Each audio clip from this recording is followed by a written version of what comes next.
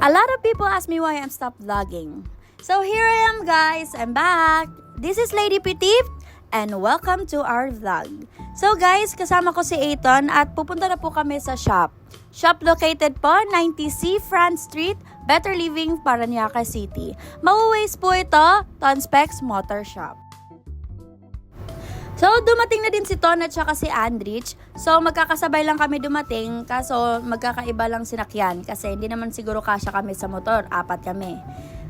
Pagdating agad namin dito sa shop, lahat ng mga mekaniko namin may mga kanya-kanya ng mga gawa. So, unang-una dito tayo kay Val. Ang gagawin po ni Val dito sa Aerox, guys, is mag-change tensioner siya, guys. So, ang ginagamit namin tensioner dito is SWR tensioner from JBT. At eto po yun, guys, nakabit na po ni Val.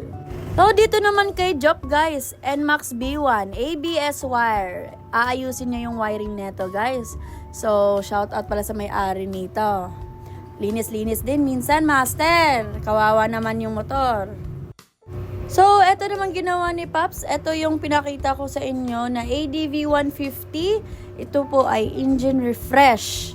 Re-refresh ni Pops lahat ng parts. Valve spring, valve seal, at iba pa.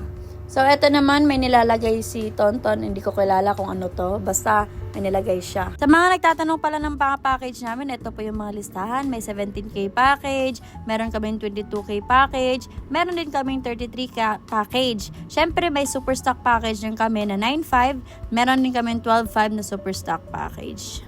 Usapang oil na binibenta namin is oil 7. Ito po para sa kargado. Ito naman po is para sa stock is good. At ito naman po ang ginagamit namin para sa mga Honda, Mio at M3. Sa mga nagtatanong kung anong block gamit namin, walang iba kundi JBT. Sa mga hindi po ito kilala, engine bushing po ang tawag nito. Meron din kami available na throttle body 36mm at 40mm. Meron din tayong pang NMAX B1 36mm. Ito po ay primary 17T. Meron din tayong available gearing na 1333 at 1233. Commercial brake muna tayo mga guys. Shout out pala sa anak ko na si Aiton. Iba talaga. Diablo. Lahat winawarak. Ewan ko na lang po. So, eto naman, ibang gawa na naman ni Job, engine refresh, Aerox B2, all stock po ito. Kaya biyak din po ang gagawin yan.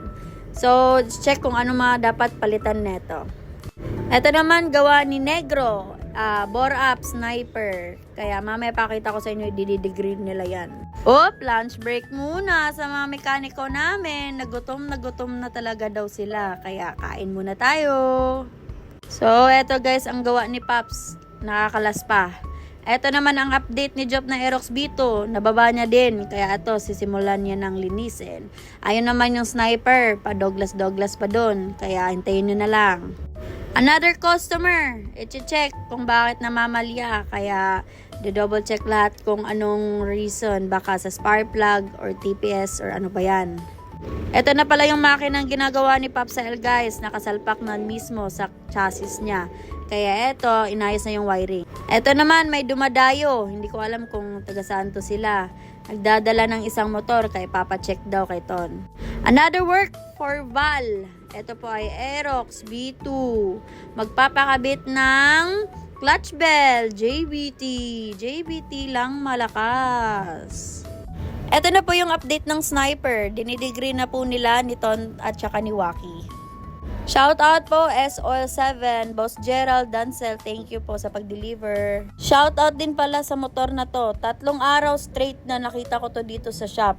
Alam mo ba kung ano ipapagawa guys? Wala daw siyang magawa guys, kaya magpapalit siya ng torque drive, JBT alloy, torsion, center spring, clutch. Eto luma niya tong bell at saka pulley set. Kaya ayun, sinali ko na lang sa pag-video. Kaya ito po yung may-ari neto guys, si Daniel De Vera. Nakangiti. May pahabol pa daw, pulley set daw. Magpapalit na daw siya kasi luma na daw yun. Eto na naman, nakangiti na naman si Master Daniel. Sana all, walang magawa sa pera. Another pahabol naman daw, pulley bushing at saka pulley nut. Eto na naman, sana all. Yun lang muna guys. That's all for today's video. Thank you for watching.